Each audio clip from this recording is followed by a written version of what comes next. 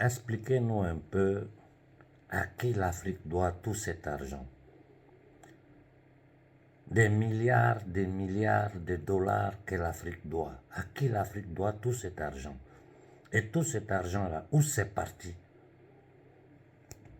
Expliquez-nous comment se fait-il qu'en Afrique, avec tout ce que vous dites que la Banque mondiale, le Fonds monétaire international et toutes les institutions internationales du monde ont déversé sur l'Afrique depuis 75 ans, comment est-ce possible que nous, on n'a pas d'eau potable, on n'a pas de courant, on n'a pas d'école, on n'a pas de route, pratiquement on n'a rien, on vit dans un camp de concentration. Et les mêmes entités qui nous déversent le terrorisme sur notre territoire sont les mêmes entités qui se présentent chez nous pour nous parler de démocratie, pour nous parler des droits humains, pendant qu'aujourd'hui le monde entier sait qui est derrière le terrorisme, qui finance le terrorisme, qui pilote et qui donne la logistique à ces gangsters, à ces malades mentaux qui versent le sang partout dans le monde. La classe dirigeante africaine, là, expliquez au peuple africain comment se fait-il que notre peuple est dans ces conditions. Ou bien il y a quelque chose au-dessus de vous qui vous empêche de travailler pour le peuple. Si c'est le cas, dites la vérité à l'Afrique. Ou bien vous êtes complice de ceux qui sont au-dessus, c'est-à-dire les marchands de la monnaie, de la dette et de la mort. En tout cas, cette équation-là, on doit la résoudre. À qui l'humanité doit 307 000 milliards de dollars? Ne nous parlez pas de marchés financiers ou de figures abstraites. Comme personne physique, à qui nous devons? Qui sont les propriétaires? Qui sont ceux qui sont derrière la Fédérale Réserve?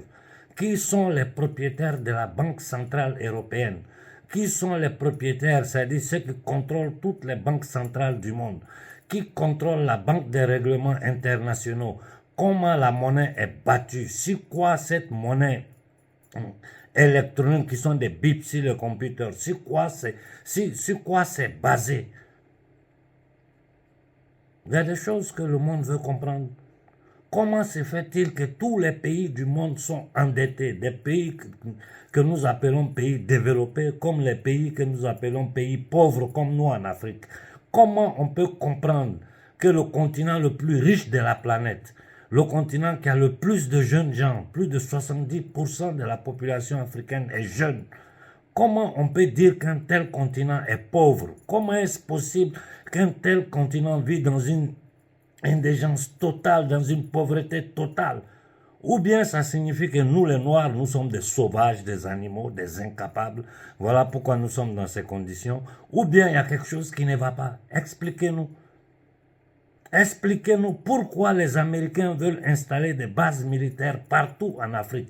Pourquoi la France a des bases militaires partout en Afrique et nous, Africains, on n'a pas de bases militaires quelque part dans le monde. Expliquez-nous pourquoi l'homme noir n'a pas le droit de voyager dans le monde s'il ne monte pas dans des bateaux de fortune pour venir finir sur les côtes italiennes, espagnoles. Il y a beaucoup de questions auxquelles nous demandons des réponses. Expliquez-nous pourquoi Kadhafi a été tué. Expliquez-nous pourquoi Sankara a été tué. Expliquez-nous pourquoi Sylvanus Olympio a été tué. Je ne veux même pas parler des autres dirigeants du monde qui ont été assassinés. Comment fonctionne le système monétaire? Sur quoi c'est basé exactement? Quel est le collatéral? Quelle est la garantie de cette monnaie qu'on appelle le dollar, qui est la monnaie d'échange internationale imposée à tous les peuples? Expliquez-nous pourquoi les Américains ont menti, ils sont rentrés en Irak, ils ont détruit l'Irak. Expliquez-nous pourquoi jusqu'aujourd'hui ils tentent de détruire la Syrie. Expliquez-nous pourquoi ils ont tout fait pour créer cette guerre entre la Russie et l'Ukraine. Expliquez-nous pourquoi des services secrets américains, anglais ont commis un attentat sur le Nord Stream 2 qui était la voie de transport de l'énergie de la Russie vers l'Europe. Expliquez-nous pour quelles raisons il y a eu cet attentat il y a quelques jours en Russie.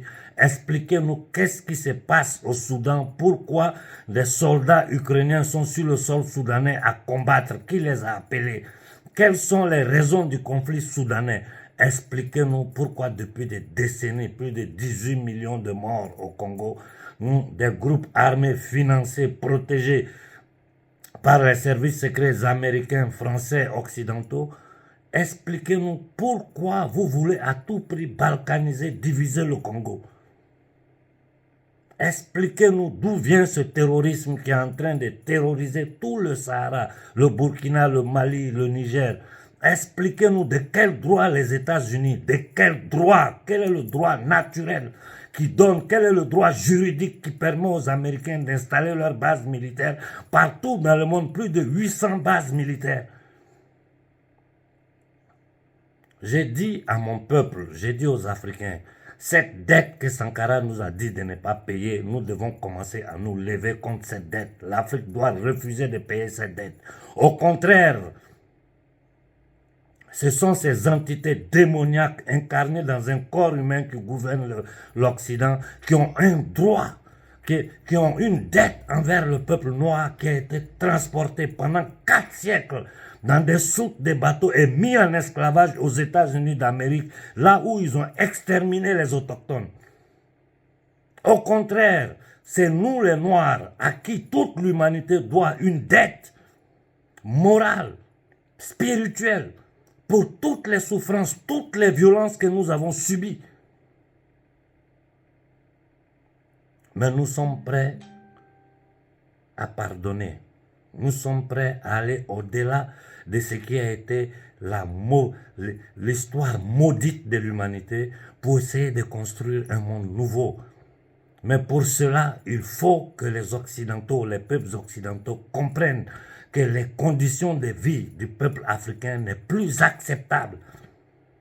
Les choses, je vis ici en Occident, nous disons que nous sommes dans une période de crise, nous disons que l'Occident est en train de devenir difficile, mais les choses les plus basilaires, c'est les choses pour lesquelles personne n'a une considération ici en Occident. En Afrique, c'est un luxe. Vous allez au Niger, les enfants n'ont même pas de chaussures. Vous allez dans certains endroits du Mali, de toute l'Afrique, les enfants n'ont même pas l'eau potable. Ils n'ont pas d'école, ils n'ont rien. Un peuple, plus d'1 milliard de personnes tenues en état d'indigence totale. Quand on dit en dessous du seuil de pauvreté, ça veut dire même qu'ils arrivent à manger. Même l'eau potable, nous n'avons pas. Expliquez-nous cette logique-là. J'ai dit aux dirigeants africains, expliquez aux peuples africains pourquoi pendant 75 ans, vous avez permis à ces entités démoniaques cachées derrière la monnaie de Babylone, les marchands de la monnaie, de la dette et de la mort, de tenir votre peuple dans ces conditions. L'Afrique doit refuser de payer ces dettes-là. L'Afrique doit chasser toutes les bases étrangères de notre territoire. Les peuples africains doivent prendre leurs responsabilités. J'ai dit aux Congolais, je suis couché en ce moment sur le tatami dans mon bureau. Je n'arrive même pas à aller dans la chambre me coucher. Parce que mon cerveau ne fait que travailler, réfléchir. Mais comment est-ce possible que des centaines de millions de jeunes gens vivent dans des conditions animalesques? Comment est-ce possible que les peuples africains encore n'arrivent pas à se lever, se rebeller contre tout ce qu'ils sont en train de subir? Quelle est la logique? Pourquoi les Africains sont en inertie? Pourquoi les Congolais n'encerclent pas les ambassades de la France, de la Grande-Bretagne et des États-Unis? Pourquoi nous acceptons de souffrir comme ça? Pourquoi les dirigeants africains acceptent de travailler contre les intérêts de leur propre peuple? L'Afrique a eu des grands hommes. Nous avons eu Kwame Nkrumah avec son bouquin Africa Must Unite. Nous avons eu Sankara, nous avons eu Sylvain Pion, nous avons eu Patrice Lumumba, nous avons eu Kadhafi. Tous ces hommes ont été assassinés par la banque. Comment un État qui a été fondé sur un génocide comme les États-Unis d'Amérique, ce pouvoir anglo-saxon satanique, dont le cœur puissant de ce satanisme monétaire et économique est Londres, comment ces gens-là peuvent se permettre encore aujourd'hui, en plein 21e siècle, de vouloir tenir des peuples dans l'esclavage? Tous les peuples du monde sont opprimés.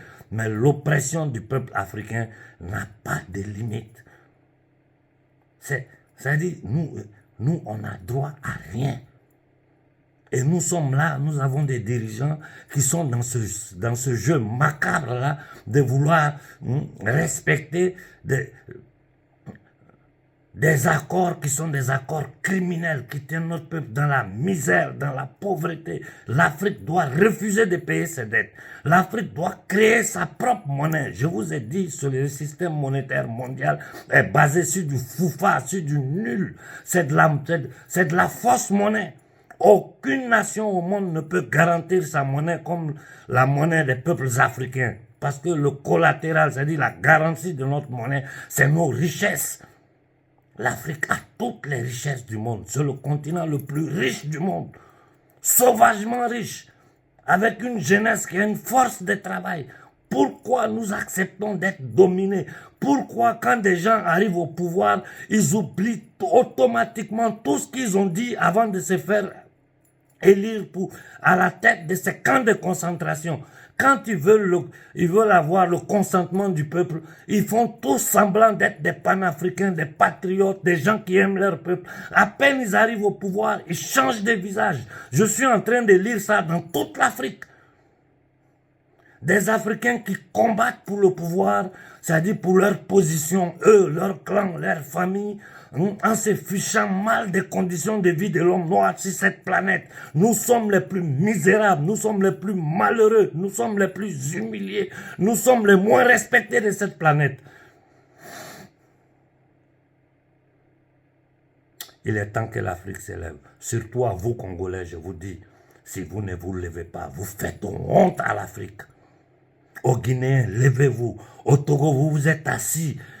Assistez ce petit voyou, cette bande de gangsters, d'indignes, tripouiller la Constitution pour maintenir le système colonial impérialiste de cette élite, de cette bourgeoisie, des négriers noirs, tenir le peuple togolais dans la misère. Tous les jours, vous m'écrivez, tous les jours, je reçois des messages de toute l'Afrique.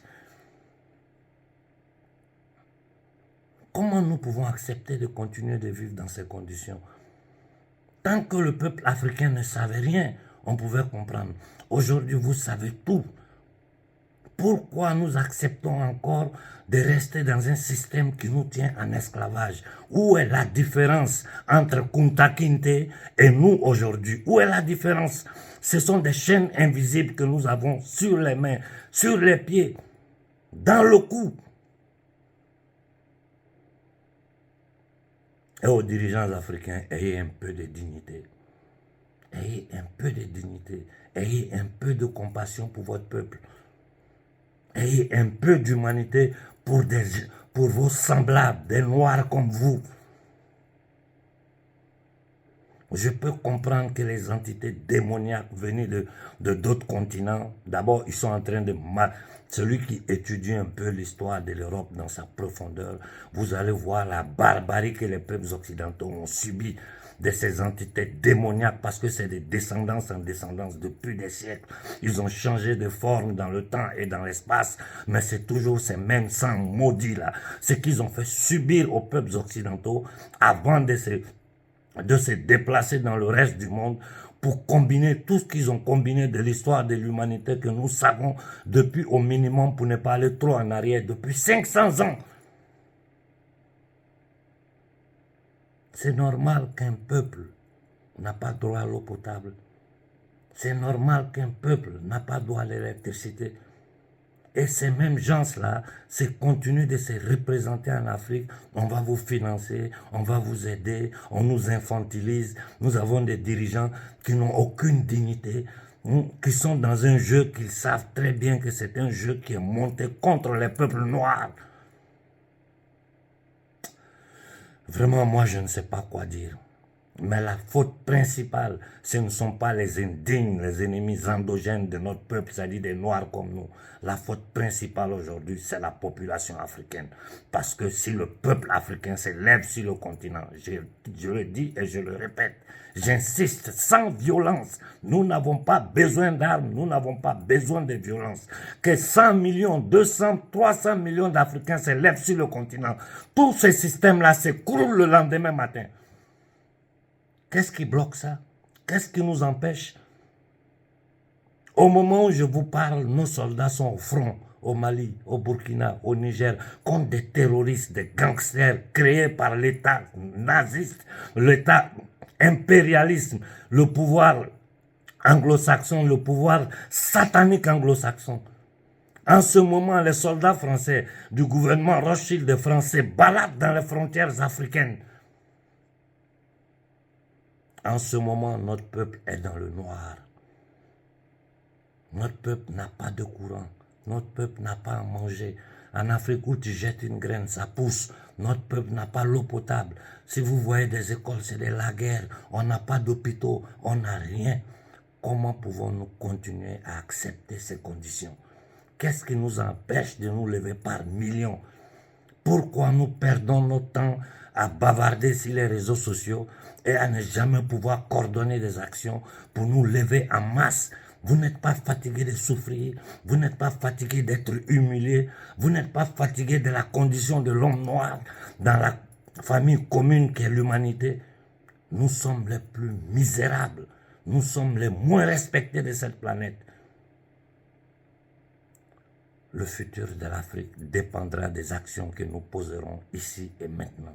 Réfléchissez sur ce que je vous ai dit. Bonne nuit à tout le monde.